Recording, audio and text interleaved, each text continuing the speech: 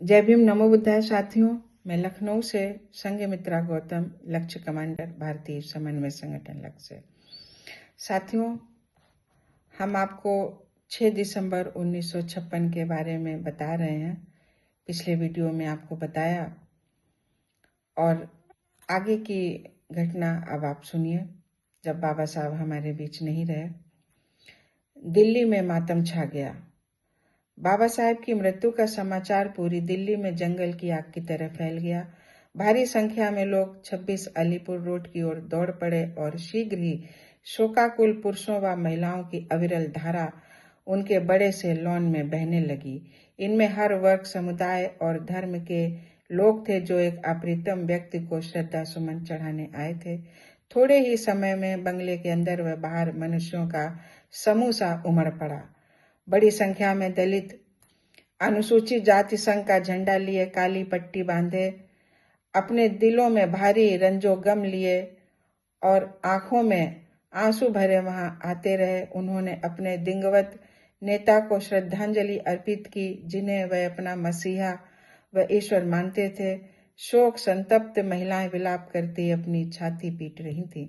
शव को फूल मालाओं से ढककर बैठक में रखा गया और उसके आसपास भगवान बुद्ध की प्रतिमाएं और चित्र रखे गए।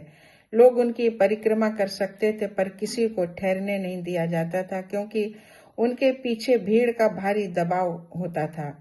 वे भारी कदमों से अतिशय शांति से चलते थे, मानो उनकी चिर निद्रा में व्यवधान न डालना चाहते हों। बहुत से कैबिनेट स्तर के मंत्री, जैसे कि संचार मंत्री जगजीवन राम, गृह मंत्री जीबी पंत, राज्यसभा के उपसभापति एसवी कृष्णमूर्ति, स्वास्थ्य मंत्री राजकुमारी अमृत कौर, संसद सदस्य सरदार स्वर्ण सिंह, राज्यसभा व विधि मंत्रालय के अधिकारीगण फूल मालाओं व फूल गुच्छों के साथ उनके निवास पर आए। केंद्रीय शिक्षा उप मंत्री चंद्रशेखर की आंखों में आंसू भरे हुए थे। बड़ी संख्या गणमान्य नागरिक, केंद्रीय सेवा के कर्मचारी, अन्य दफ्तरों में काम करने वाले व निजी क्षेत्रों के लोग श्रद्धांजलि अर्पित करने 26 अलीपुर रोड दौड़ पड़े। मृत्यु का समाचार सुनकर उन्हें आघात लगा था, क्योंकि जरा भी संदेह नहीं था कि ऐसा कुछ इतनी जल्दी घट जाएगा। शीघ्र ही प्रधानमंत्री पंडित जवाहरलाल नेहरू मृत शरीर पर माल्यार्पण करने आ पहुंचे। वे डॉक्टर अंबेडकर के स्वास्थ्य के बारे में बहुत पूछताछ करते रहते थे।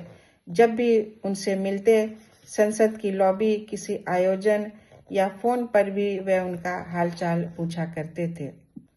जब किसी विदेशी से डॉक्टर अंबेडकर का परिचय कराते तो गर्व से उन्हें मंत्रिमंडल का रत्न कहकर कराते थे।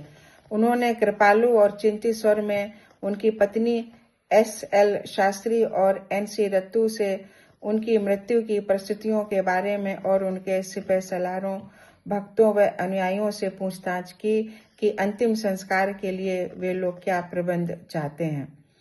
उत्तेजना और जन आक्रोश।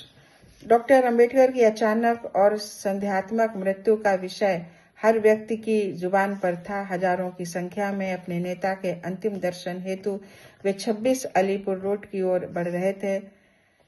बयान करना मुश्किल है कि वे कितने उन्माद में डूबे हुए थे। बंगले की ओर आने वाली सभी सड़कें लगातार आ रहे शोकाकुल लोगों की भीड़ से पूरी तरह अवरुद्ध हो गई। मैं एक कोने में खड़ा था और उमड़ती हुई भीड़ व श्रद्धा सुमन चढ़ाने के लिए लगातार आते हुए लोगों को देख रहा था, जबकि डॉक्टर अंबेडकर अविचल लेटे हुए थे।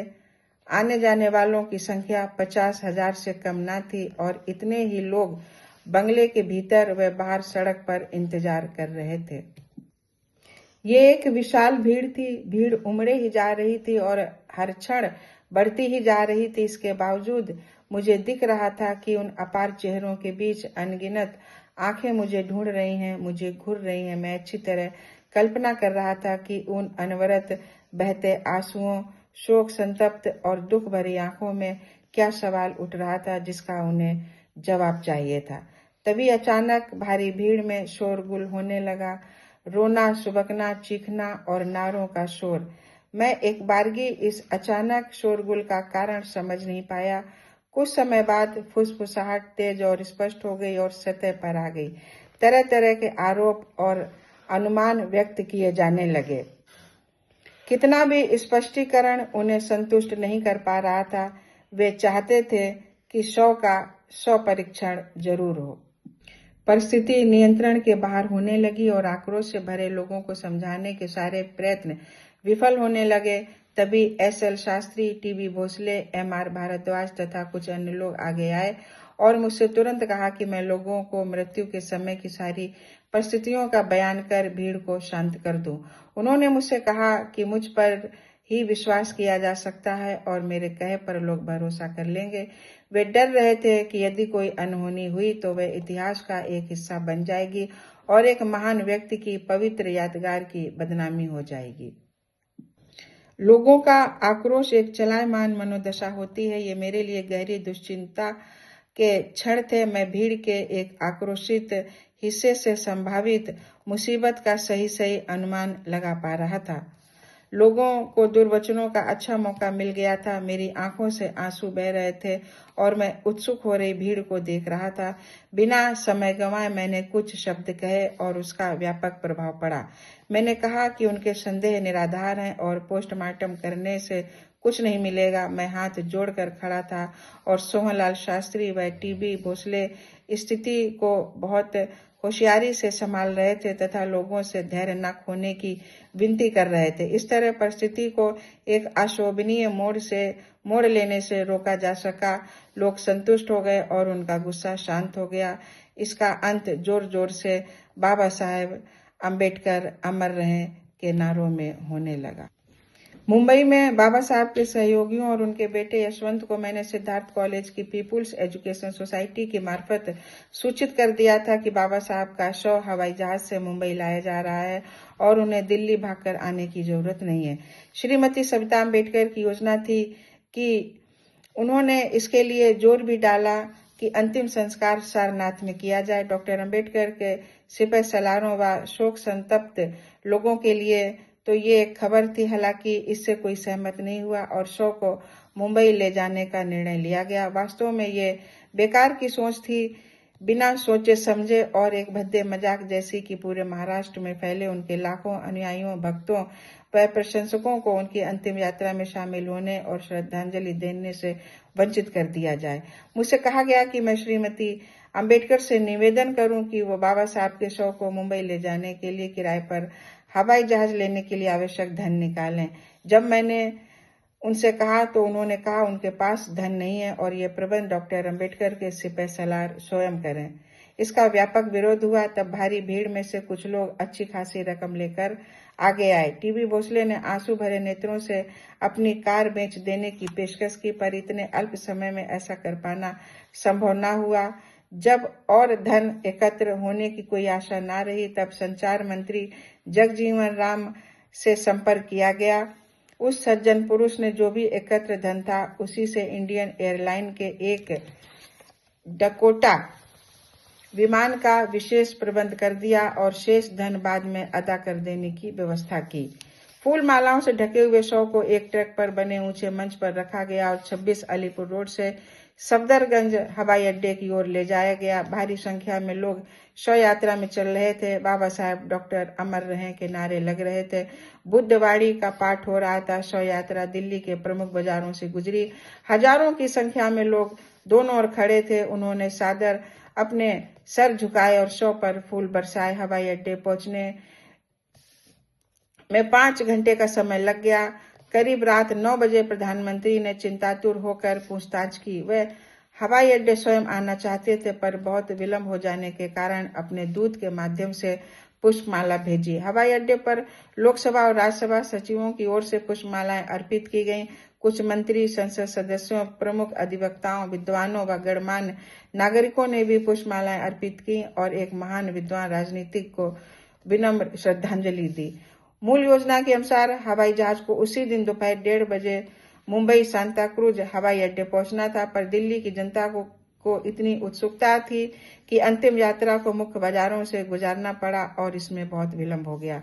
दिल्ली में समाज के हर क्षेत्र के लोग, खासकर बाबा साहब के अनुयायी और भक्तों ने शानदार अश्रुपूरित अंतिम विदाई दी। ये दृश्य मर्म स्पर्शी था।